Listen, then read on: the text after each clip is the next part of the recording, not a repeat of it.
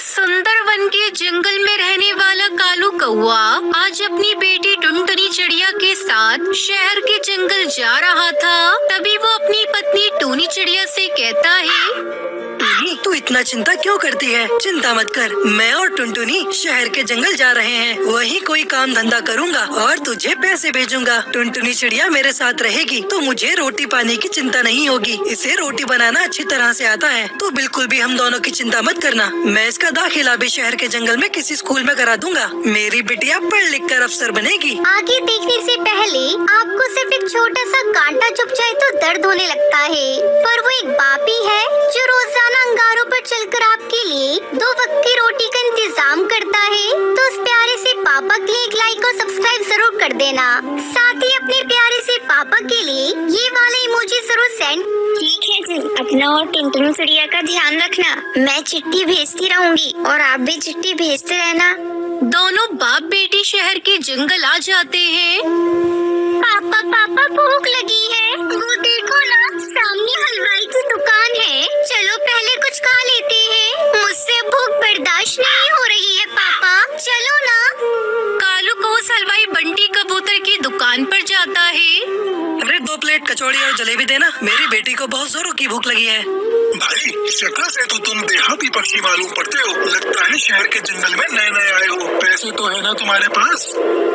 हाँ है ना पैसे मेरे पास, ये देखिए। अरे मेरी पोटली कहाँ गई? अरे ये क्या हो गया? लगता है किसी ने मेरी पोटली चुरा ली। भैया, ये शहर का जंगल है, यहाँ तो हर जगह पर चोर उचक्के पक्षी उड़ते फिरते हैं। तुम्हें अपना पैसा संभाल कर रखना चाहिए था। लेकिन बापू, अब तो बहुत तेज भूख लगी है, अब हम क्या खाएंगे? यही तो मैं भी सोच रहा हूँ बेटी, क्या करूँ? बंटी भैया से पूछता हूँ, अगर वो मुझे उधार जलेबी कचौड़ी दे दे। बंटी भैया, क्या आप उधार में मुझे जलेबी और कचौड़ी खिला दोगे? काम करके आपके पैसे चुका दूंगा। मेरी बेटी को बहुत भूख लगी है, मैं तो भूखा रह लूंगा, पर अपनी बिटिया को भूखा कैसे रखूँ? शक्ल से तो तुम बड़े सीधे दिखाई देते हो। तुम मेरी दुकान पर काम करोगे, अच्छी तनख्वाह दूंगा। मुझे एक नौकर की जरूरत है, क्या कहते हो? काम करोगे मेरी दुकान पर? हाँ भैया, शहर के जंगल तो मैं काम करने ही आया था। आपने तो मेरे मुंह की बात छीन ली। मैं आपकी दुकान में काम करूँगा, लेकिन बंटी भैया, मुझे कचौड़ी बनाना नहीं आता। आप मुझे सिखा देना, फिर मैं बहुत ईमानदारी से आपका काम कर दूंगा। ठीक है, आ जाना कल से। ऐसे ही समय गुजरने लगा। कालू को उस बंटी हलवाई की दुकान पर काम करने लगा। एक दिन बंटी कबूतर हलवाई ने कालू कौए से कहा, अरे कालू भाई, आज मेरा मन को चटपटा खाने का हो रहा है। तू ऐसा कर, यहाँ से थोड़ी दूर पर एक पक्षी पानी पूरी का ठेला लगाता है, तू वहाँ से पानी पूरी लेकर आ। ठंड में चटपटी पानी पूरी खाने का मजा ही कुछ और है। वहीं पर बैठी टुनटुनी चिड़िया उनकी बातों को सुन रही होती है और वो उनसे कहती है, बंटी अंकल, पानी पूरी तो मुझे भी अच्छी लगती है और मैं तो पानी पूरी बनाना भी जानती हूँ, लेकिन मेरे बापू के पास इतने पैसे नहीं है जो मैं पानी पूरी का ठेला लगा सकूँ। हाँ बंटी भाई, मेरे पास इतने पैसे नहीं है जो मैं टुनटुनी के लिए पानी पूरी का ठेला लगा कर दे सकूँ। अच्छा ऐसी बात है, तो एक दिन तू मुझे भी पानी पूरी की 1 प्लेट बनाकर खिला। ये ले पैसे, फिर मैं बताऊंगा तेरी पानी पूरी कैसी है। अगले दिन टुनटुनी चिड़िया बंटी कबूतर को पानी पूरी बनाकर खिलाती है। अरे बाबा टुनटुनी, इसका तो कोई जवाब नहीं। ऐसी पानी पूरी तो मैंने आज तक नहीं खाई। तू ऐसा कर, मेरी दुकान के सामने एक पानी पूरी का ठेला लगा ले। पैसे की तू चिंता मत करना, मैं तेरी मदद करूँगा। लेकिन एक समस्या है, अगर मेरी बेटी काम करेगी तो वो पढ़ेगी कम। मैं तो इसे अफसर बनाना चाहता हूँ। अरे बापू, मैं पढ़ाई भी कर लूंगी, पानी पूरी का ठेला भी लगा लूंगी। सुबह स्कूल जाऊंगी और शाम को स्कूल से आने के बाद मैं पानी पूरी बेचा करूंगी। आप इसकी चिंता मत करो। ठीक है बेटा, जैसी तेरी मर्जी, लेकिन मेरे लायक कोई भी काम हो तो मुझे बता देना। टुनटुनी चिड़िया ने अपने पिता और बंटी कबूतर की मदद से दुकान के आगे एक पानी पूरी का ठेला लगा लिया। आओ आओ, स्वादिष्ट पानी पूरी खाओ। ऐसी स्वादिष्ट पानी पूरी आपने कभी नहीं खाई होगी। आओ आओ, खट्टी मीठी पानी पूरी खाओ। देखते ही देखते पानी पूरी खाने वाले पक्षियों की भीड़ लग जाती है। फिर कालू को अपनी बेटी टुनटुनी चिड़िया के साथ मिलकर पानी पूरी बेचने लगा। कुछ दिन बाद टूनी चिड़िया भी शहर के जंगल आ जाती है और फिर सभी साथ में खुशी खुशी रहने लगते हैं।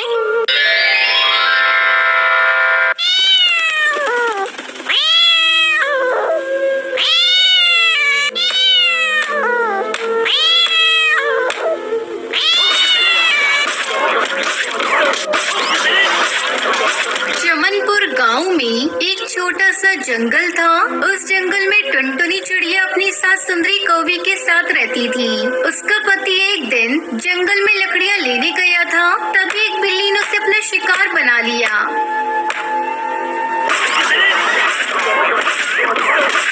घायल कालू कौआ किसी तरह घर पहुंचता है।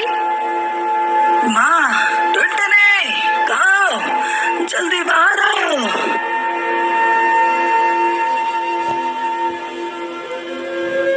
अरे क्या हुआ जी आपको? बाप रे बाप, आपके पूरे शरीर से तो खून बह रहा है। किसने आपकी ऐसी हालत कर दी? तब तक आप लोग कमेंट पे बताएं 65 - 0 कितने होते हैं। एक बिल्ली। टुनटुनी, अब मैं नहीं बचूंगा। तुम घर का और माँ का ख्याल रखना। सुनहरी, मेरी बच्ची, मेरे पास आ। मैं तुझे आखिरी बार प्यार करना चाहता हूँ। टुनटुनी, मेरी बच्ची को खूब पढ़ाना। इतना कहते कहते कालू कौआ अपने प्राण त्याग देता है। ये सब क्या हो गया जी? अब मैं आपके बगैर कैसे जीऊंगी?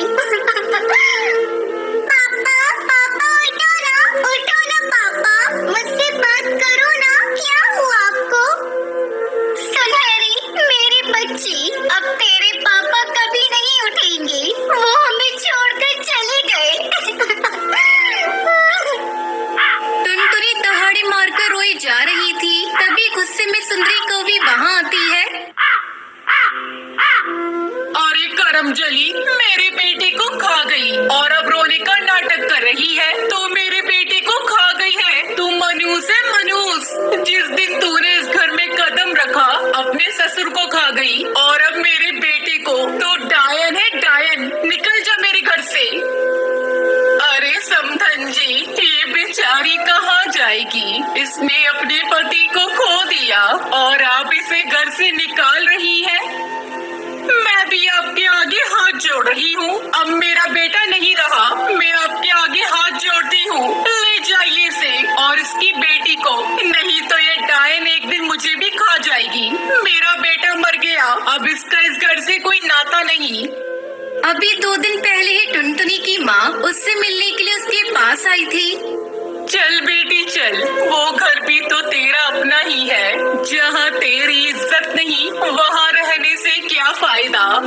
टुनटुनी अपनी बेटी को लेकर अपनी माँ के साथ अपने पिता के घर चली आती है। कुछ दिन बीत जाते हैं। एक दिन टुनटुनी की सहेली बुलबुल उससे मिलने आती है। अरे टुनटुनी, तूने अपनी कैसी हालत बना रखी है? किसी के चले जाने से जिंदगी खत्म नहीं होती। तुझे जीना होगा अपनी बेटी के लिए। मेरी एक बात मान, तुझे पानी पूरी बहुत अच्छी बनाने आती है। तो ऐसा कर, अपनी पानी पूरी को नया रूप दे दे और बेचना शुरू कर। तेरा मन भी लगा रहेगा, फिर 4 पैसे भी घर में आएंगे, जिससे तू अपनी बेटी को किसी अच्छे स्कूल में पढ़ा सकती है।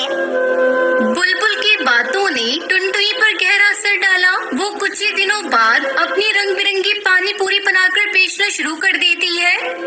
पानी पूरी ले लो, रंगीन पूरी, चटपटी पानी पूरी, खट्टी मीठी पानी पूरी ले लो, पानी पूरी। बहुत ही जल्द टुनटुनी की रंगीन पानी पूरी की डिमांड बढ़ जाती है। टुनटुनी की पानी पूरी की तारीफ जब उसकी सास सुंदरी कौवी को मिलती है तो उसे अपने किए पर पछतावा होता है। वो उसकी माँ के घर जाती है। अरे बहू, मुझे माफ कर दे। मुझे अपनी बेटी की मौत का बहुत बड़ा सदमा लगा था, इसलिए मैंने तुझे मनूस समझा। मुझे अब अपनी गलती का एहसास हो गया है। तू चल मेरी पोती को लेकर, अब से हम सब साथ में रहेंगे।